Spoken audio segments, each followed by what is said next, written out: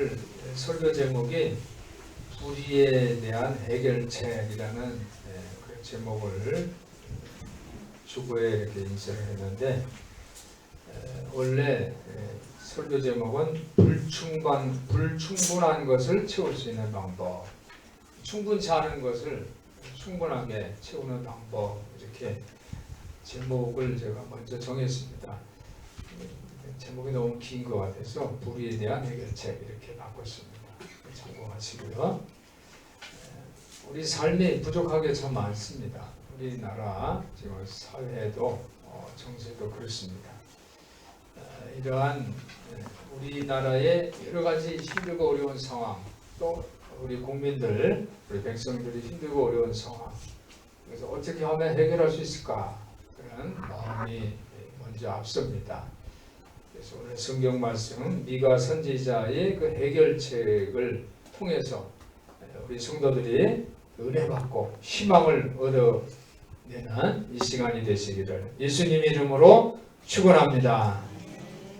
미가 선지자는 이사야 선지자가 활동하던 그 시대에 같이 활동을 했습니다. 기원전 725년부터 705년까지 미가 선지자가 그 예언자의 그 선지자 역할을 했는데, 이 미가 선지자는 당시에 이스라엘은 북쪽은 이스라엘이고 남쪽은 이제 유다죠. 그래서 그 당시 모든 나라가 불의가 아주 넘쳤습니다.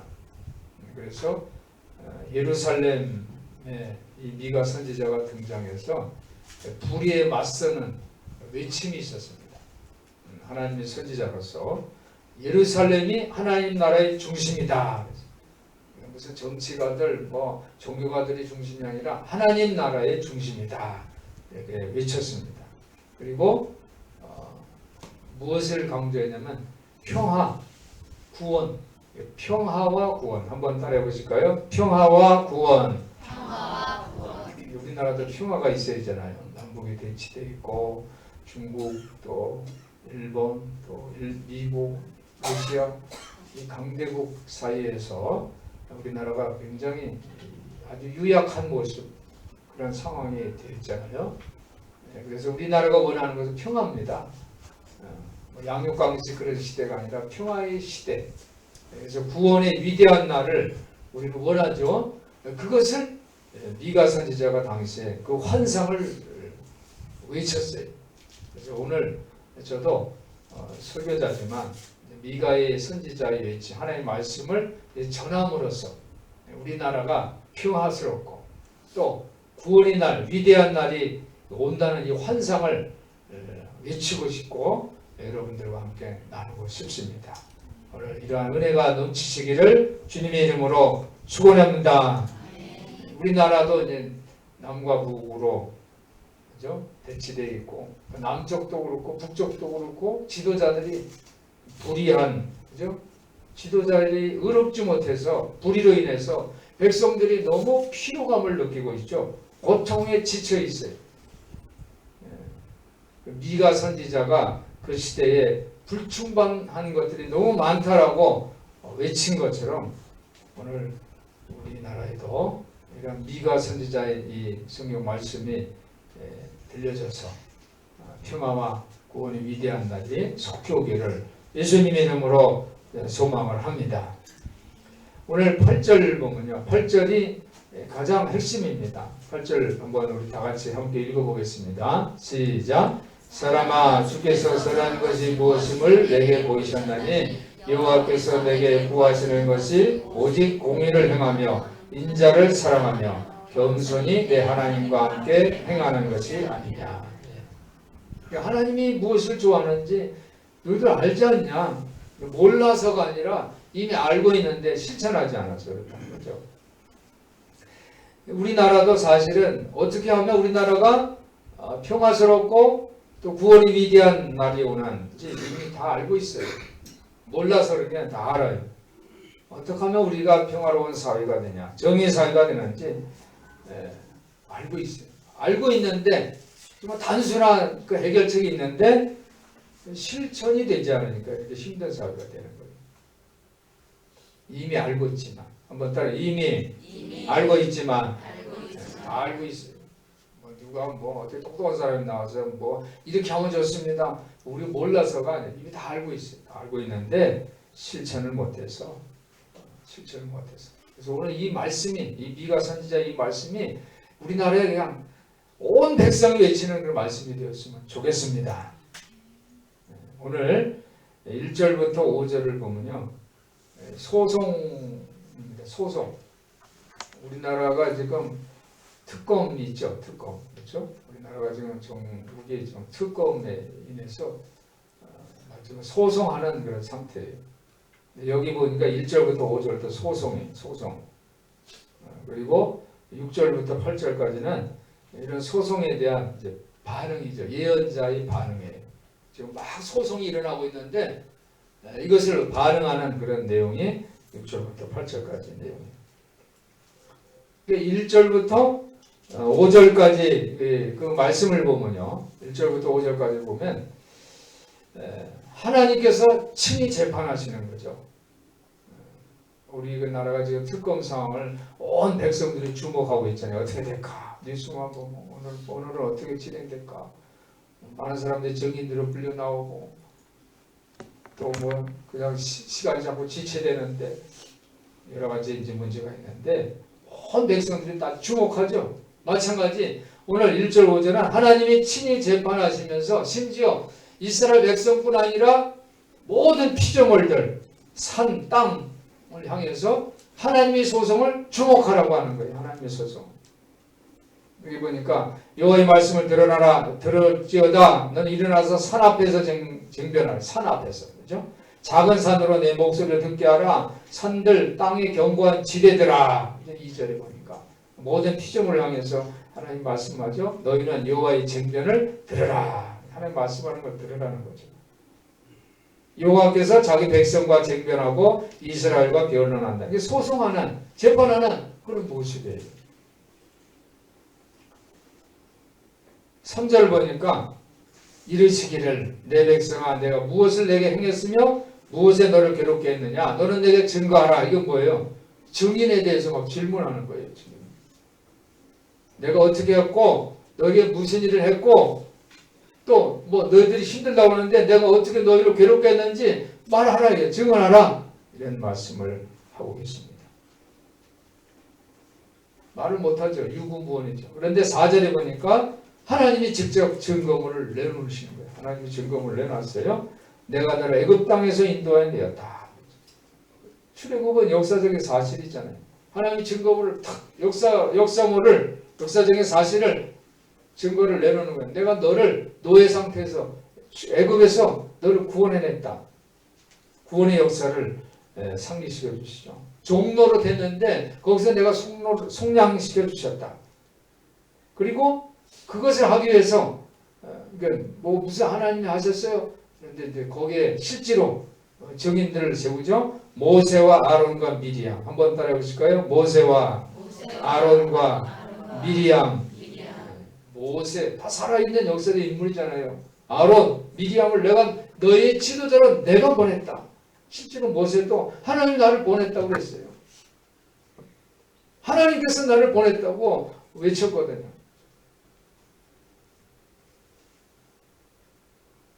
하나님 직접 이제 증거물을 제시하죠.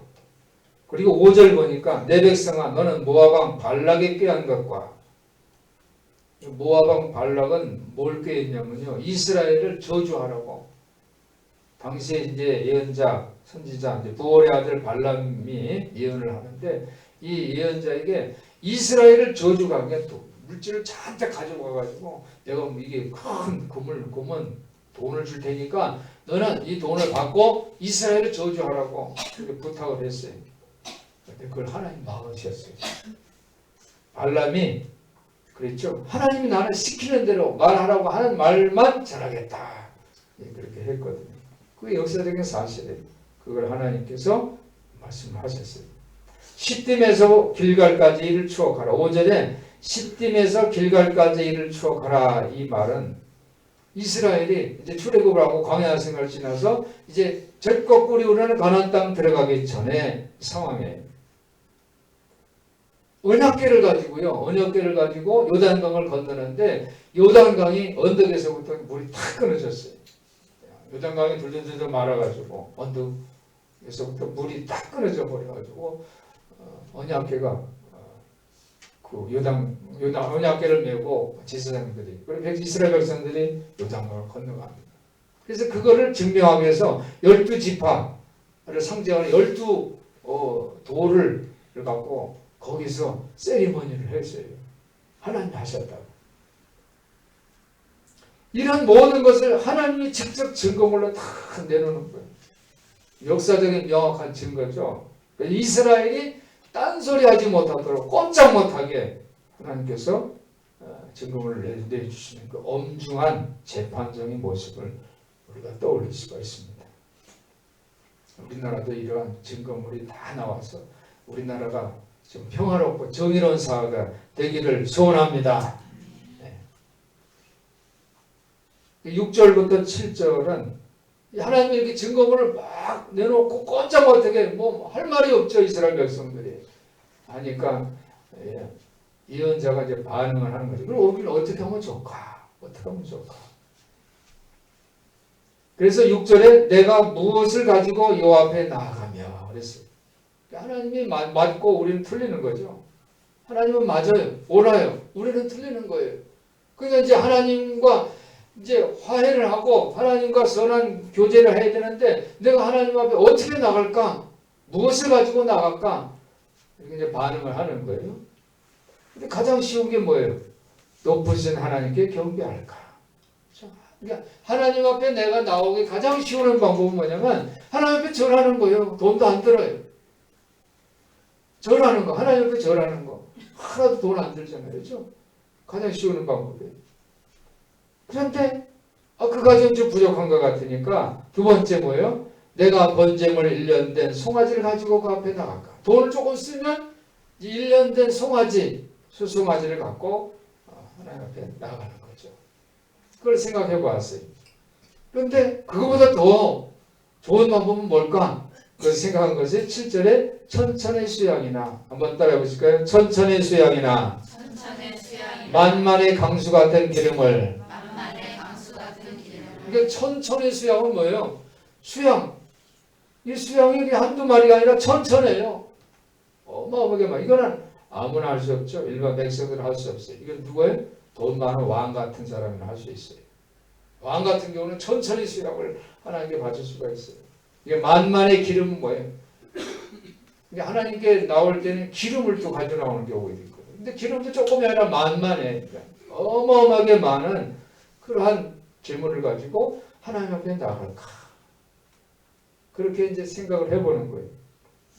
그런데 여기서 보니까 그 반응이 더 여기 이거보다 더 하나님이 기뻐하실 게 뭘까 생각을 했어요. 그래서 내 허물을 위하여 내 맏아들을 그러니까 아브라함이 이삭을 하나님 앞에 그렇죠? 번제물을 드리려고 죽이려고 하잖아요. 이제 그 당시 고대 시대에는 이스라엘 말고 이방인들은 가장 신에게 가장 최고로 내가 하나님 그 신을 사랑한다라는 마음의 표시가 자기 맏아들을 바치는 거예요. 그러니까 이스라엘도 그런 생각을 해본 거죠. 내 허물을 위해서 내 맏아들을 또 내 영혼의 죄로 인해서 내 몸의 열매를 드릴까? 이거는 뭐 더 이상 이제 그 이상은 없는 거죠. 그렇게 할까? 하나님 앞에 나아가는 방법을 이렇게 생각을 했어요. 근데 이 마지막 방법 하나님 원하는 방법이 아니죠. 그렇죠? 마음만 하나님 이삭을 죽이려고 그러니까 이삭을 죽였어요? 아니잖아요. 하나님이 아브라함 하지 말라. 너 마음 알았으니까 내 마음만 받겠다. 전혀 이삭의 그 털끝도 손대지 마라. 그랬죠. 막으셨죠. 그러니까 맏아들을 하나님에 바치는 건 하나님 원하시지 않아요. 내 몸이 열매를 드리는 거 하나님 원하시지 않아요.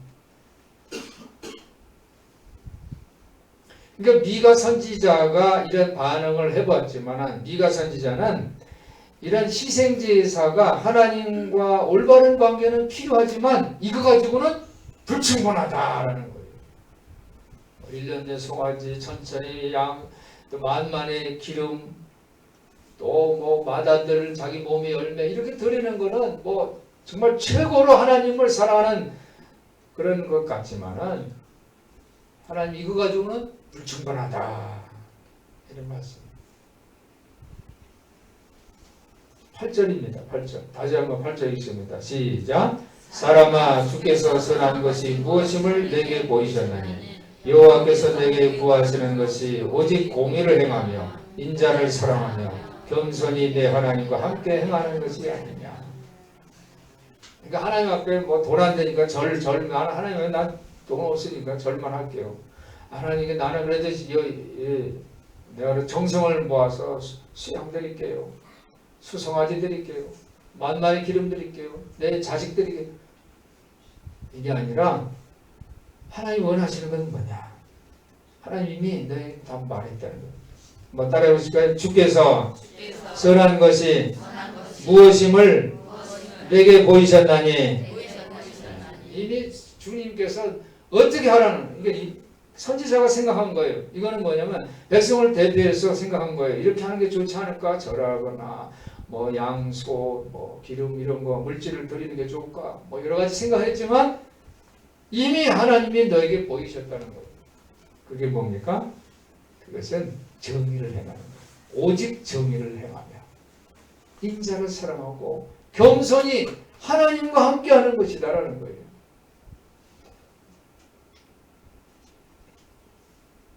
일상의 모든 관계에서 정의를 행하는 것, 이것이 하나님이 원하시는 거예요. 그리고 인자를 사랑한다는 것은 모든 사람에게 친절하게 행하는 거예요. 친절하게.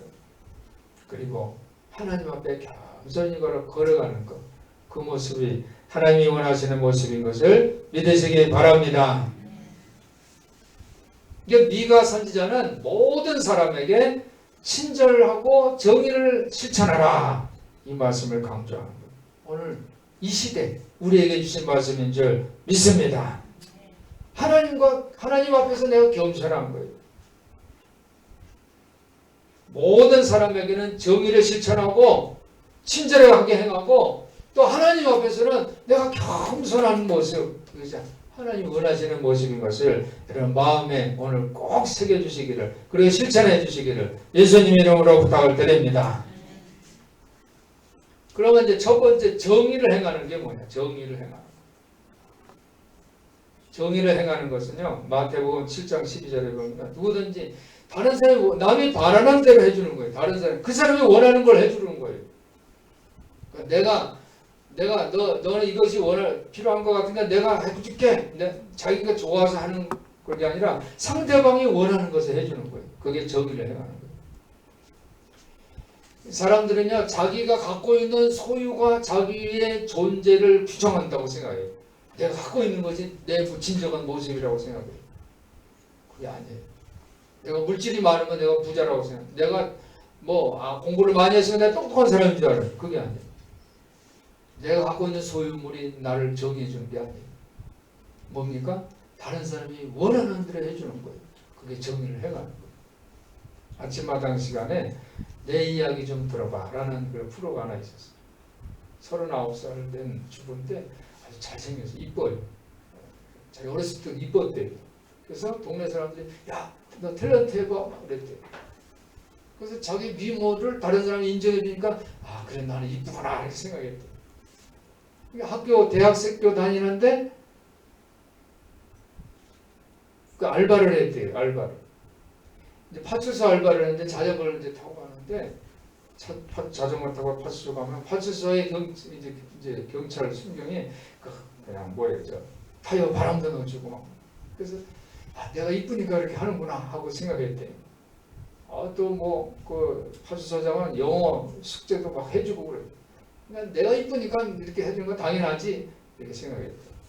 결혼도 일찍 했대. 자기 선배하고 일찍 연애해서 일찍 결혼했는데 이제 자기 남편이 그 사업을 해요. 사업하는데 얼마나 바빠요? 아침도 남편이 해주는 거예요. 설거지도 남편이, 집안 청소도 남편이. 그러니까는 내가 이쁘니까 당연히 이건 해줘야지 이렇게 생각했대. 그런데 남편이 사업에 막 부도가 나서 망했어. 일본으로 갔대. 지금 일본으로 간 지 7년 넘고 8년째 됐는데 아직 연락이 없대요. 그러니까 얼마나 미모만 가지고 내가 미모가 이쁘니까 나는 당연히 공주처럼 살아야 이렇게 생각을 했는데 삶이 다 풍지박산이 됐잖아요. 남편도 없죠. 애들이 둘 낳더라고요.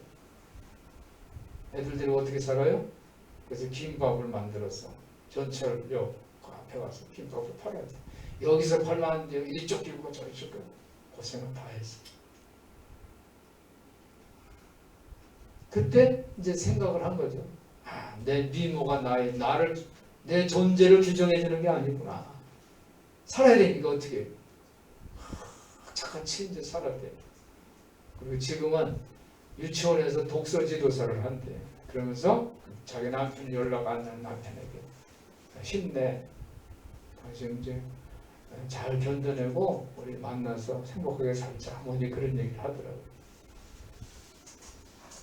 그러니까 내가 갖고 있는 소유물, 뭐 그거는 뭐 돈도 되고 권력도 되고 미모도 되고 뭐 지식, 지혜 다 포함돼요. 그거로 자기를 규정하면 안 된다는 거예요. 그건 내 것이 아니에요. 그거는 하나님이 나에게 맡긴 거예요. 그것이 내 것이라고 생각하면요, 다른 사람의 권리를 빼앗는 거예요.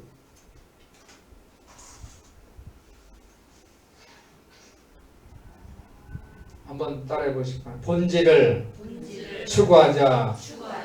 본질이 뭡니까? 내가 지금 갖고 있는 거는 이거는 내 것이 아니라 본래 하나님의 것인데 내가 잠시 빌려 쓰고 있는 것이다. 이것을 기억하시기를 바랍니다. 그래서 내가 갖고 있는 그것을 활용해서 하나님을 기쁘시게 하는 방법이 뭘까? 그걸 찾아야 돼. 내가 지식이 있으면요, 이 지식이 내 것이, 이거 지식 가지고 내가 돈 벌어야지 이게 아니라 그걸 가지고 후배들, 학생들을 가르쳐서 나눠주는 거예요. 후학을 길러내는 거예요.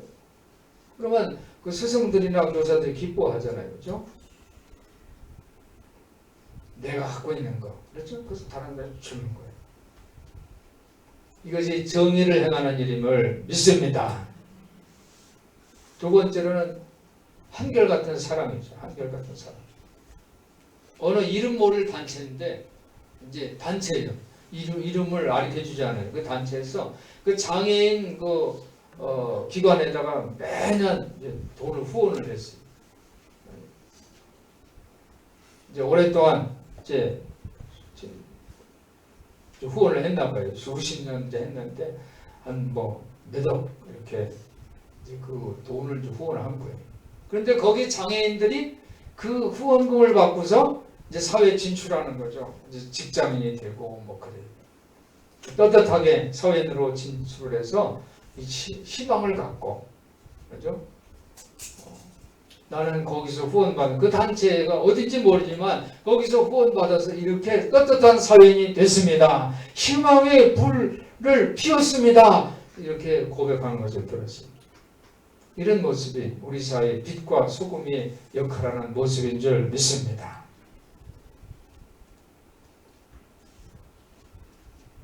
내가 지혜가 있으면 그 지혜를 여러분, 그 지혜가 필요한 사람들과 나누시기를 바랍니다. 내가 건강하면, 그죠? 그 건강을 갖고 건강하지 못한 사람, 건강을 자랑하는 게 아니라 건강하지 못한 사람을 이웃들에게 도움을 주는 방법을 찾는 거예요. 그게 본질인 줄 믿습니다. 권력이 있으면 권력을 막 만들어 휘두르는 것이 아니라 그 권력을 갖고 낮은 곳으로 내려가서, 그렇죠? 으뜸이 되고 싶으면 종이 되라고 그러잖아요. 낮은 자리로 내려가서 섬기는 것이 필요한 거예요. 물질이 넉넉하면 물질이 필요한 사람들에게 희망의 불을 붙여주는 그런 일에 사용한다면 하나님께서 기뻐하실 줄 믿습니다. 이것이 한결같은 사랑을 실천하는 모습이에요. 그러니까 내 자신을 하나님보다 높이지 않는 거예요. 겸손한 순종, 섬김이 필요합니다. 오늘 사랑하는 여러분, 이러한 겸손한 순종의 사람들 되시기를 예수님의 이름으로 축원합니다. 이제 세 번째, 겸손이 이제 하나님 앞에 서는 것이 뭐냐 이게. 겸손히 하나님 앞에 서는 게 뭔가. 오늘 미가서 6장 이 원리입니다. 미가서 6장의 원리는 뭐냐면 본질이죠, 본질. 요란하게 거칠기보다는 복음적인 삶을 추구하는 거예요. 복음적 삶. 지역사회에서 하나님의 사랑을 보여주는 거죠. 다른 사람을 동정하고 또 사랑과 자비의 마음을 발전시키고 실천하는 모습. 이제 교회에서도 뭐 의식, 의례 뭐 이런 것들은 물론 필요는 하지만 불충분하다는 거죠. 희생제사의 모습이 될 수 있지만 이것은 잠깐 선행으로 거칠 수가 있어요.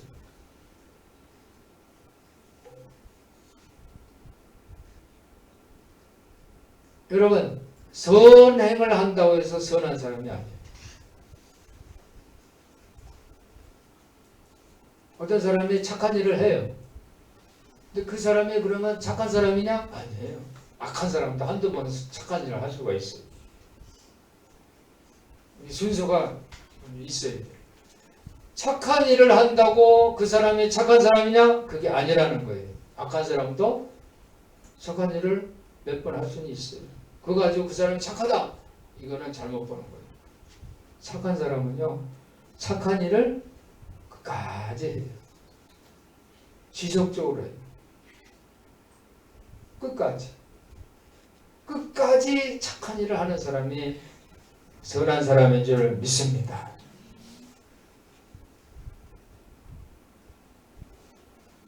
오늘 미가 예언자는 희생제사를 하나님께 향을 노리고 기름을 바치고 제단에 뭐 그냥 큰 제물을 바치고 종교적인 그 규정들을 갖고 하나님 앞에 그 예배하는 모습, 그거 가지고는 불충분하다는 거예요. 그거는 빈 털털의 영성이라는 거예요. 참된 영성은 내가 새로 배워서 하겠습니다가 아니라 이미 우리가 다 알고 있다는 거예요. 실천하지 않아서 그렇죠. 하나님 앞에 절을 하는 거, 또 1년 된 수송아지를 드리는 거, 천천의 수양, 만만의 많은 기름 같은 것을 드리는 것보다 오늘 하나님께서는 정의를 실천하는 것이 하나님을 기쁘시게 하는 일이라고 말씀하십니다. 그리고 한결같은 사랑을 실천하는 것. 잠깐 몇 번 하는 게 아니라 한결같은, 한번 따라해 보실까요? 한결같은 끝까지 사랑을 실천하는 것. 이게 하나님 원하시는 거예요. 그리고 그 한결같은 사랑을 실천하면서 그걸 즐기는 거죠. 선한 사람은 즐겨요. 악한 사람은 이제 다른 사람 보라고 한두 번 선행을 합니다. 나 이런 일을 했어 하고. 그건 이제 즐기면서 하는 게 아니에요. 억지로 하는 거죠. 조심스럽게 겸손하게 하나님과 함께하는 삶, 이것이 진정한 선함인 줄 믿습니다. 오늘 하나님 우리에게 이미 우리가 알고 있는 거 다시 말씀해 주셨어요. 오늘 이 시간 마음의 결단을 갖고 정의를 실천하고 끈질기게 지속적으로 이웃에게 선행을 실천하고 그리고 하나님 앞에 겸손히 서시는 우리 성도들 되시기를 예수님 이름으로 축원합니다. 축원합니다. 이 시간 다 같이 묵상하시면서 마음의 결단을 하는 시간을 갖도록 하겠습니다. 한 1분간만 오늘 주신 말씀 정의를 실천하는 우리가 되게 해주세요. 한결같은 사랑을 실천하게 해주세요. 그 사랑을 즐기게 해주세요. 조심스럽게 겸손하게 하나님과 함께 사는 삶을 살게 해주옵소서.